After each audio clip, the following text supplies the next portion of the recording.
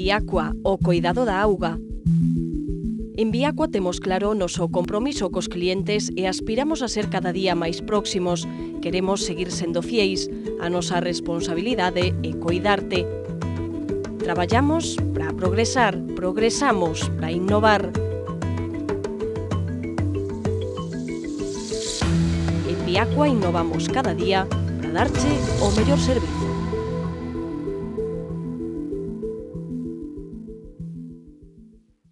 Seguimos en tempo de tertulia. Hoxe acompáñannos Alba Nogueira, Xa María Castro e Arturo Maneiro. Sobre 25 minutos de programa empezamos falando, esta segunda parte, empezamos falando dos datos do paro. Estamos agora mesmo nos 4,5 millóns de desempregados, un pouquiño máis. Subía en outubro en case 80.000 persoas, 5.800 en Galicia. Levamos 3 meses consecutivos de incremento de desempregados, pero é a menor suba dende o mes de outubro, dende o ano 2010. Bueno, di Rajoy que haberá crise mentres non se solucione este problema do paro, pero insistía hoxe en que hai un cambio de rumbo que é innegable. Non sei se tamén vos o vedes ou facedes esa análise ou outra. O que queira, Xan. Hai un cambio de rumbo, que a xente agora, os estudantes van marchando cara a Inglaterra, cambian o rumbo, e en vez de ir cara aos postos de traballo, collen o avión e marchan cara a Inglaterra, cara a Alemania, un gran cambio de rumbo. Porque o problema destas cifras de paro é dicir que efectivamente aumentan, pero non é só o problema de que aumenten, é que tamén digamos, os datos de afiliación á Seguridade Social e dos propios de demandantes de emprego siguen desplomándose, e iso que nos está mostrando é que tamén o que está producíndose que moita xente xa nin siquiera busca traballo, senón que busca o camiño a emigración. Dicir que iso é outro dos datos que temos tamén en riba da mesa, e despois que tamén que se crea emprego de baixísima calidade, dicir, aumenta o emprego temporal, aumentan os empregos a tempo parcial, e iso a medio prazo vai provocar unha sociedade con moitísimas máis desigualdades e unha sociedade moito máis inxusta. É dicir, que a previsión, estamos construindo no fondo unha especie de burbulla do emprego. É dicir, que igual que a mala calidade da economía que tuvemos hai estes últimos anos, a medio prazo imos ter unha mala calidade social. É dicir, que pensións van ter as persoas que agora cotizan uns poucos meses, deixan de cotizar, cotizan por empregos de 600, 700 euros, pois vai ser unha sociedade con moita miseria a medio prazo. Xanti, que sabes tanto de interpretar estes datos? Máis alá do que o mes de outubro, que son 80.000 parados máis, pero é verdade que estacionalmente é un mes no que habitualmente se perde emprego. Pero se contemplamos toda a serie, o que vemos é que se tocou o fondo, pero que non acabamos en absoluto de despegar. Aínda máis, é verdade o que decía Alba, incluso o emprego que se está creando é un emprego moi precario. Hai menos protección aos que non teñen emprego. Hai menos protección en número de protegidos e en cartos dedicados a isto, 4.000 millóns menos no 2014 con respecto ao anterior. Por lo tanto, sigue sendo un problema moi gordo e un problema en que parece en un momento dado que vamos a despegar, pero non acabamos de despegar de todo. Por lo menos esa é a miña idea. E no caso de Galicia, a mí me parece que a situación incluso é máis grave. Tamén perdimos en inscritos na Seguridade Social este mes, que en eso sí que a nivel do Estado se mellorou, non? E a mí me parece que non andamos ben, non? Estamos perdendo emprego industrial, estamos perdendo tamén xóvenes que é verdad que se marchan, e o futuro está sendo bastante incerto, ou non sei se certo. Non sei se certo en canto a ir mal. A ver, Arturo, un día máis falamos do paro e sempre dis, cada vez que hai un parado é un drama, non? Eso sempre o digo. O sea, que a min os números para arriba, para baixo, é unha cousa que se pode traballar con eles, facer política, tal, pero o certo é que hai un nivel de paro que é bastante, diríamos, superior ao que sería desexable. Que existan familias sin xente que está parando, pois é moi forte. Ora, tamén é certo unha cousa. Non creo que exista neste momento ningún partido político que poida tomar o goberno que solucione o problema. Estou totalmente convencido. Se pode facer política, se pode criticar o goberno, pero ningún deles ten a solución para este problema, porque, entre outras cosas, o Partido Socialista que estaba antes foi o que o provocou. Entón, non existe nin o Bloque, nin ningún outro partido político que pudese empezar a gobernar agora e conseguise que despegase as cifras de paro e que empezar a haber empleo como para falar de despegue. Eu creo que haberá unha lixeira subida por unha pendiente pouquiño a pouco, pero que o despegue vai a ser moi complicado, tal como quedou o país e como estamos, vai a ser complicadísimo. E logo tamén hai que hai moita responsabilidade dos sindicatos, dos empresarios, das condicións que se poñen nas empresas. Neste momento estábamos vendo con moito medo que pasaba na Citroën, se baixaban soldos, e se volven atrás, vai a continuar a produción da Citroën, como se van a tratar aí os sindicatos neste asunto. E, bueno, creo que hai por parte de todos, hai unha responsabilidade no funcionamento industrial. E creo que, aínda que os empregos sexan, diríamos, de pouca calidade, moitísima xente prefere un empleo de pouca calidade ou moi temporal a non ter un empleo. A ver, por aquí, rapidamente, sí. Imos ver. É fácil e eu creo que é un discurso que intenta encubrir a incapacidade propia, é dicir, non se pode facer outra cousa e isto é o que hai.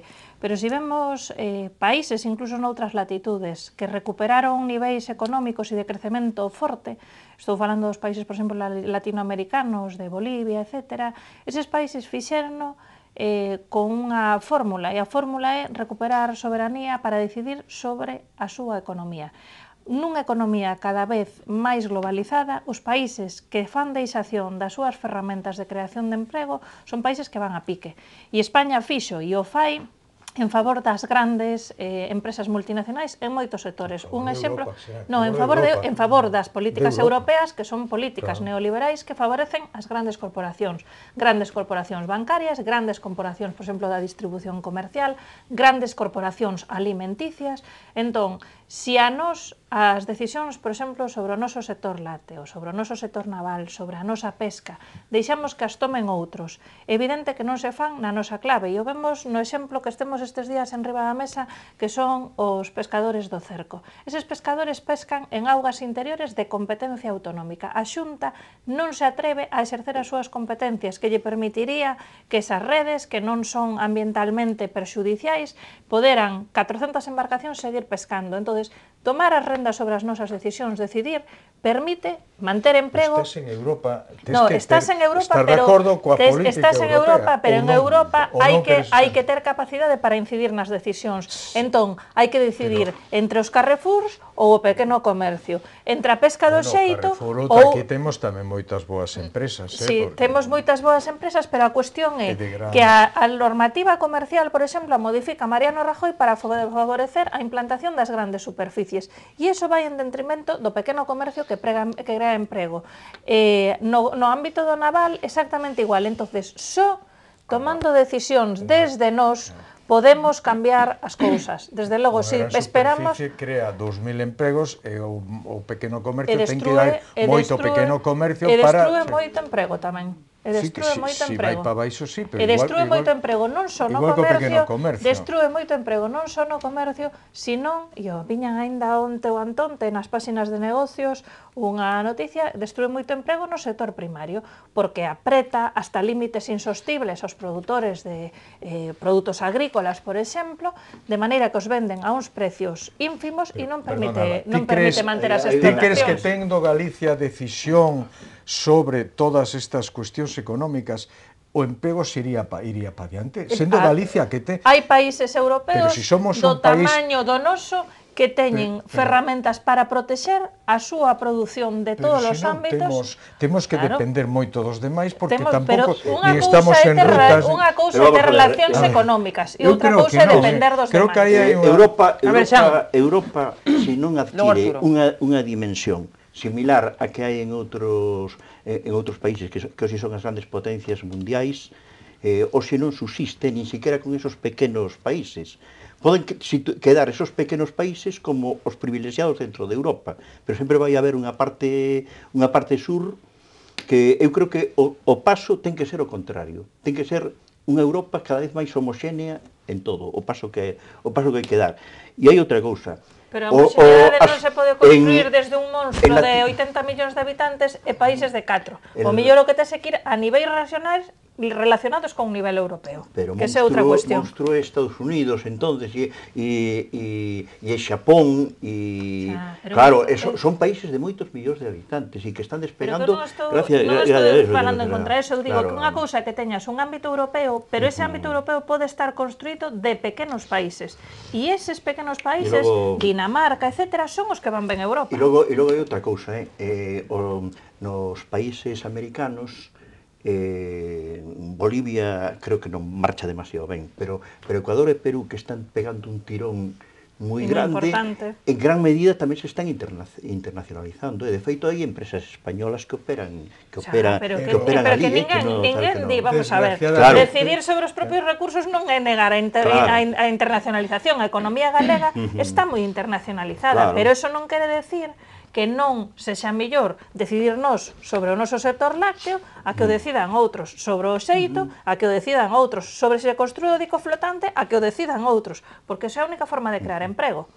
A ver, Arturo. Non, é que estou convencido de que non é a solución, vamos, é que se Galicia decide pola súa conta, primeiro, porque Galicia somos un mercado pequeniño, somos pouca poboación, non temos Malta tamén, temos moi pouquiña poboación. Home, eu non sei se quixéramos ser como Malta. Non, Malta non, pero Dinamarca sí.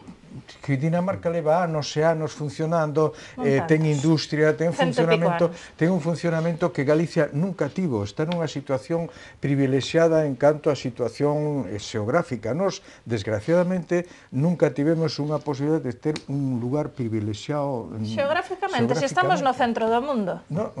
Estamos no centro do mundo. Igual que Lalín está no centro de Galicia, eso non lle dá ninguna cousa especial. Comunicado por mar, estamos no centro do Atlántico. Compara a nosa situación co País Vasco, con Cataluña, que son fronteirizos, que son internacionais. Nos temos con Portugal, e Portugal está desexando ser español. É dicir, podíamos decir. Ai, que me metedes outro tema. Que aí seguro a ver se nos invaden dentro do momento aquí o plató. Nos temos en Galicia uns grupos lusistas que queren integrarse culturalmente en Portugal, co cual, bueno, pois non sei de que lado queren integrarse un en outro. Pero o que sí é certo é que Galicia non temos... Eso é moi positivo. Ter unha lingua mundial é positivísimo. Por iso digo que podíamos chegar a eso tamén. Non entramos aí, deixámoslo aí. Pero quero dicir que eu creo que Galicia non temos, desgraciadamente, potencialidade suficiente como para decir, se nós tomásemos as rendas dos nosos destinos, aquí teríamos pleno empleo. Eu estou convencido de que non.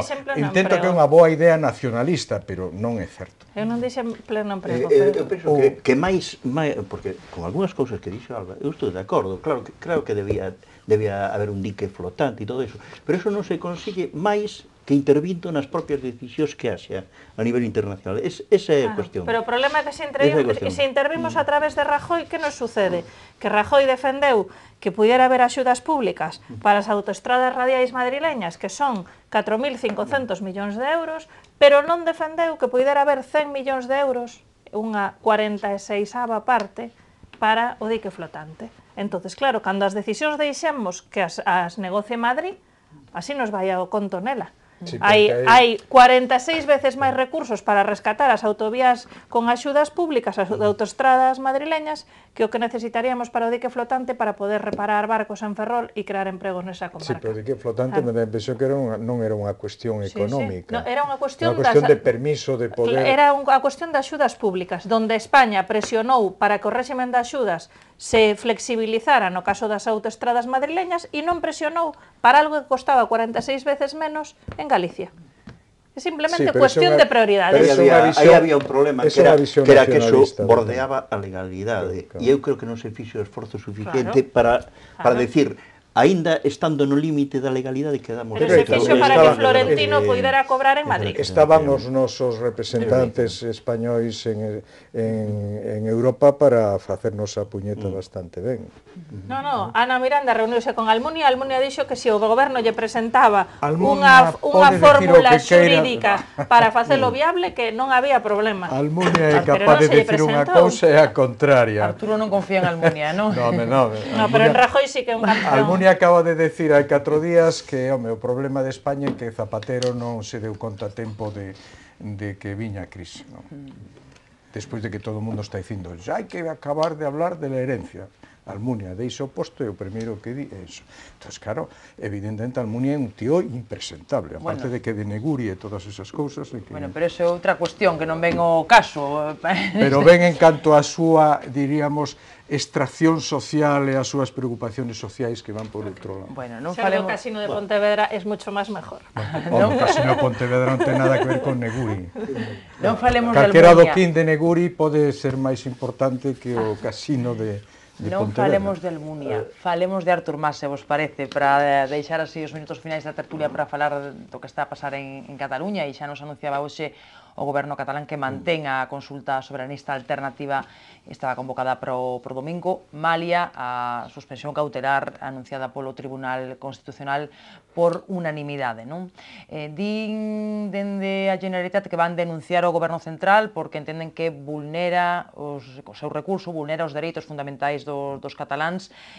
Bueno, veremos que pasa, quedan nada, uns días de nada. Que credes vos? Haberá urnas, non haberá? Cal vai ser o...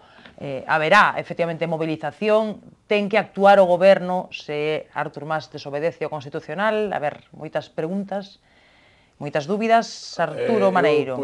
Eu estou convencido de que vai haber caixas de cartón para que a xente poida votar a súa papeleta, que dicir, as urnas nese sentido, porque haberá movementos sociais, movementos cívicos que non teñan nada que ver probablemente coa comunidade autónoma, coa administración autonómica, que leven adiante ese tipo de cousas. Pero non vai a ter máis trascendencia que, diríamos, un desfogo da sociedade nese sentido, porque non vai a servir para nada, en absoluto. O sea, vai a servir para que a xente diga, bueno, pois, hai tanta xente que vota os partidos soberanistas e hai tanta xente que votou nas furnas estas que van a poñer. A min todo isto calificaría moito de capricho, de berrinche, de non sei que, unha cuestión realmente caprichosa de unha serie de xente que sabe que ten que facer algo, pero non quere darse conta de que é absurdo o que está facendo. A Alba, eso de capricho non lle gustou, A min faime gracia, faime a mesma gracia que cando a Alicia Sánchez Camacho, a líder do PP de Cataluña, decía que non había nada máis antidemocrático que votar. Pois entonces, bueno, ese tipo de cousas, vale, un capricho de unha serie de personas, entonces vamos a decir que é un capricho do 87% do Parlamento catalán. O cal xa, bueno, capricho, cando o 87% dos representantes políticos elexidos pola ciudadanía están nesa posición, pois eu creo que é un capricho como un pouco grande. Claro, entonces, en cambio, os 13% restante, que sexan os que teñen a razón dicindo que é antidemocrático votar, pois bueno, a min creo que non hai nada máis democrático que votar, que escoitar a xente, e quen lle ten medo a iso é que ten un verdadeiro problema de falta de adaptación aos tempos nos que vivimos, que son tempos que exixen, evidentemente, que a xente poda opinar sobre as cousas que lles toca, e eu pensaba que deso se trataba a diferencia entre o período constitucional e a ditadura, pero bueno, non debe ser eso, debe ser algo distinto. Aí hai un desbarre total, non, desbarre non. Entre decir que se non votan isto, non poden votar, non se poden... Vamos a ver, mira, estamos nun estado social de dereito, totalmente democrático. As consultas, o goberno leva autorizadas, me parece, o goberno central leva autorizadas casi 40 consultas desde o ano 78. No marco, digamos, da súa competencia estatal, esa que non lle queren deixar exercer a Cataluña, pero que tampouco eles a promoven. A última, unha das últimas, foi dun tema super apasionante, e era que a ver se Torrelodones podía unificar as festas de dúas das súas parroquias ou barrios. Entón, claro, que o goberno estatal autorice consultas populares para que Torrelodones decida se é San Juan ou Santa Rita, pero que os cidadáns cataláns, cando o 87% do seu Parlamento quere decidir eso, non se deixe votar, a mí como que me chirría e me parece non ter sentido da medida. A ver, Xan, non ten nada que ver unha cosa con outra. No, está claro, é moito máis importante o de Torrelodones, as festas patronais, vamos a ver. Xan María. Eu estou convencido de que vai haber urnas. Eso sí con moita guasa, Eu estou convencido de que vai haber urnas, de que vai haber xente que vai votar nas papeletas e que vai a ser unha votación sin ninguna garantía democrática, prácticamente. Pero vai ser unha movilización, unha máis das que houve hasta ahora. No outro, pois non vai a ter, e as denuncias, eu creo que o mellor que pode pasar é que queden en nada, pero as de unha e as da outra parte, e que non haxa ningún accidente. E que a partir de aí se poñen a falar e a dialogar. O día 10 falando, entón, non? En serio. E como movilización ou como o que queramos chamarlle. Que se pode falar entre un que queres unha separación e outro que non quere a separación? Que se pode, se a facemos rápido, con la pata quebrada, como antiguamente. Se a facemos lenta, se a facemos rápido, se a facemos con estas condicións, que se pode falar nese asunto? Non sei se... Eso é como antes da lei do divorcio. Divorcio non. Pero estaba falando do tema de Cataluña e de separarse no tema de Cataluña e de España, non un matrimonio, non son Cataluña e España non se casaron. Entón, por lo tanto, dela. Non se casaron, forman parte do mesmo. A mí me parece que cando hai... Primeiro, para negociar, hai que saber dialogar, e hasta ahora non houve diálogo ningún. En canto se empeza a negociar, eu creo que das dúas partes terán que ceder. Porque eso é unha negociación. Ceder competencias ou diñeiro, non vexo máis posibilidades de negocio.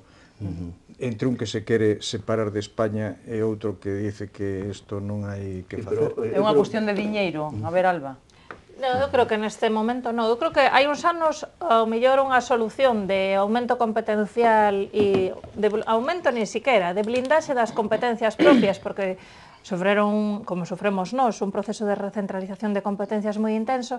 Naquel momento ese blindaxe competencial e un concerto económico o mellor podería ter funcionado. Eu creo que hoxe en día a sociedade catalana non acepta eso, é dicir, que cando falas ca xente ali, eu creo que teñen moi claro que donde non te queren non tes que seguir estando, que podes levarte perfectamente, como decía outro día Oriol Junqueras, pois bueno, compartindo o edificio, en cada un no seu piso, pero cada un ca súa chave. Entonces eu creo que... Pero iso é unha situación un símil matrimonial, pero cando hai un matrimonio dúas partes que se unen porque queren, e non estamos neste caso. Tú dis que é unha propiedade, Cataluña, un terreo conquistado, son o mesmo, e como sindes, eu me casei comigo mesmo e agora me quero separar de min mesmo. Bueno, é un pouco complicado. É un pouco complicado, porque o símil do matrimonio non vale neste caso. Non houve ningún momento no que se producise ese matrimonio, sempre foi a mesma unidade. Esa é unha concepción dos territorios e da organización política de que son... Que non é nacionalista. Non, que non é nacionalista, si é nacionalista española, pero a cuestión é de que non son inmutables. E os territorios cambian, se agrupan, se desagrupan, e en Europa cantos países se xuntaron e se separaron. En Europa nos últimos nos últimos 20 anos hai alrededor de 20 estados novos. Entonces, eso foi unha tendencia non de hai 2 séculos, de agora, do século XX, en Europa Unida, Chequia e Eslovaquia, de cando é? De Antonte, Yugoslavia. Hai 5 países no sitio de Yugoslavia, pero estaban, eso foi antes de entrar na Unión Europea. Non estaba na Unión Europea e logo se separaron. Eu non digo Unión Europea, eu dixen en Europa. Estou falando da Unión Europea. Non, eu estou falando Europa. Nos últimos 30 anos hai non sei cantos países novos, alrededor de 20, non sei, 15, 20 países novos que non había hai 30 anos. A ver, Xan, que... E non pasou nada, siguen tan felices e se levan ben cos veciños. A ver, Xan... Bueno, tan felices non, Yugoslavia non foi ningunha felicidade e non está aínda resolto ningún problema, e de felicidade nada, e de estabilidade nada. Eslovenia é un país totalmente estable. Eslovenia porque foi unha fusión aí probablemente a forza e logo se separou. A ver, Xan. Mira, a mí me parece que eu creo que Cataluña siga formando parte do Estado español, pero claro que chega un momento en que se hai unha maioría estable, non de un cabreo momentáneo, porque se os cabreos non nos gustan no caso de Podemos, tampouco nos gusta en ningún outro caso. Aquí hubo moitas cousas que chocaron. Ti mesmo decías, Alba, se chega a ser fai uns anos... Pero hai bastantes, claro. Que por eso non é momentáneo. Claro, creo que xa levamos 6 ou 7 anos coa cousa noutra dirección. Non é nada, pero 6 anos ainda é menos, non? Entonces, eu penso que as cousas poden cambiar. Moitas das cousas, ademais, sabes quen está agudizando que haxa descontentos? A propia crisis, claro. Hasta o cabreo con a corrupción, por desgracia, non sería tanto se non houbera crisis. E é unha desgracia, porque precisamente hai que acordarse cando pode solucionar moito mellor as cousas que non cando xa tes encima. E con isto e con outros temas me parece que pasa igual.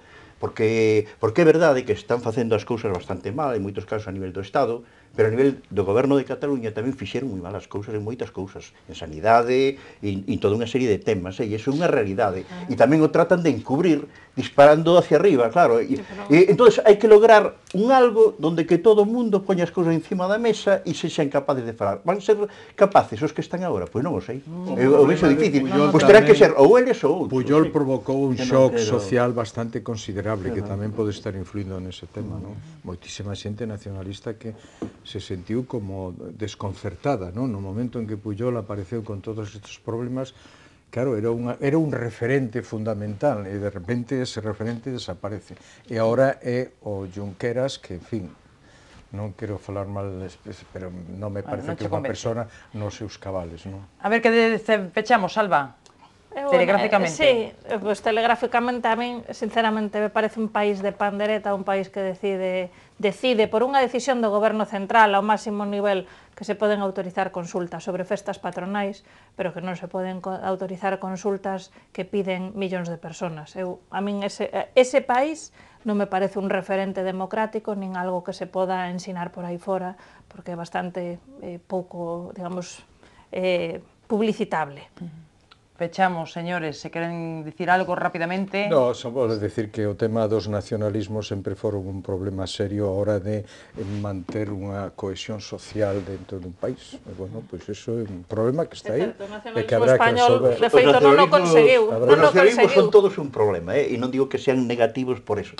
Pero canto máis grandes, máis problemas sofreten, eso é verdade. Bueno, agora quedamos falándonos desa cuestión, que seguro haberá opinións diferentes, pero despedimos o programa, grazas aos tres, a Xan, a Alba e a Arturo, un placer tervos por aquí.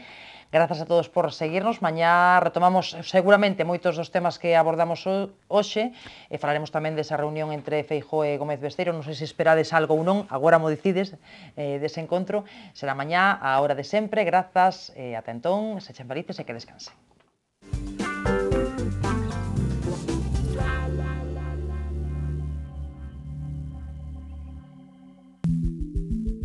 Viacua, o coidado da auga. En Viacua temos claro o noso compromiso cos clientes e aspiramos a ser cada día máis próximos. Queremos seguir sendo fieis. A nosa responsabilidade é coidarte. Traballamos para progresar, progresamos para innovar. En Viacua innovamos cada día para darche o mellor servizo.